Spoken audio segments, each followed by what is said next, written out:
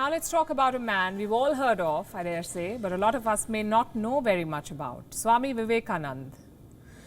He was an Indian thought leader, reformer and spiritual guru. What you see on your screen is perhaps his most popular photo. This is how we remember him today. Swami Vivekananda is not ancient history. He was born in Calcutta in the year 1863. His name was Narendranath Datta. In college, he read both the Bhagavad Gita and David Hume. He had his share of schoolboy atheism. It is said that he went around asking spiritual leaders whether they'd seen God. He never got a satisfactory answer, and that was until Vivekananda met a priest named Ramakrishna, who then became his guru.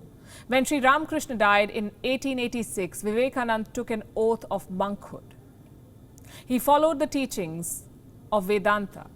That's one of the 6 Hindu philosophies. Vedanta considers the Vedas as the ultimate source of information. It emphasizes on knowledge or jnana as opposed to sacrifice or karma. Vivekananda believed in inquiring about Brahma or the ultimate reality. He believed in moksha or liberation. He shunned religious superstition, idolatry, even the heavy-handedness of priests. Here's what he once said, and I'm quoting, "Kicking a football will take you closer to the divine than any amount of prayer." Interesting thought. Vivekananda's idea of religion or Hinduism was a combination of Eastern spirituality and Western material progress. He promoted women's education. He campaigned for equality and empowerment. He fought against child marriage. And while all of this may seem easy and only the right thing to do in the current Twitter generation, remember, this was a man campaigning against something that was considered a just social practice back in the 1880s. Vivekananda was a social reformer. He shot to fame in 1893. That was the year of the World Parliament of Religion, or what we now know as the Chicago Assembly. Swami Vivekananda was representing Hinduism. Instead of talking about prayers or rituals, he spoke about tolerance. He spoke about universal acceptance. He said Hinduism accepts all religions as true. He quoted the Gita. He recited hymns from boyhood.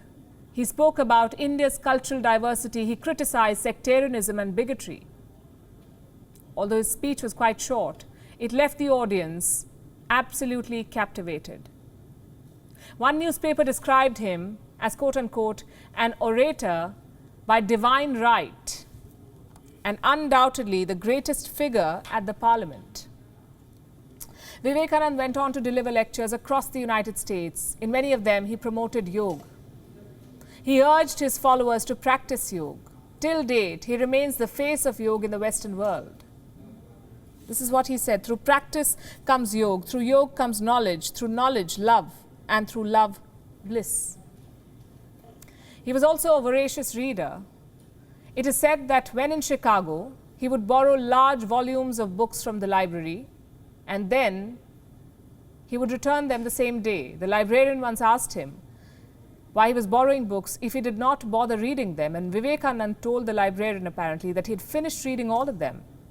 He had his own definition of Hindu self-pride. He believed in cultural nationalism. He believed in self-sufficiency. He believed that through muscles of iron and nerves of steel, India would one day retain its lost glory and pride.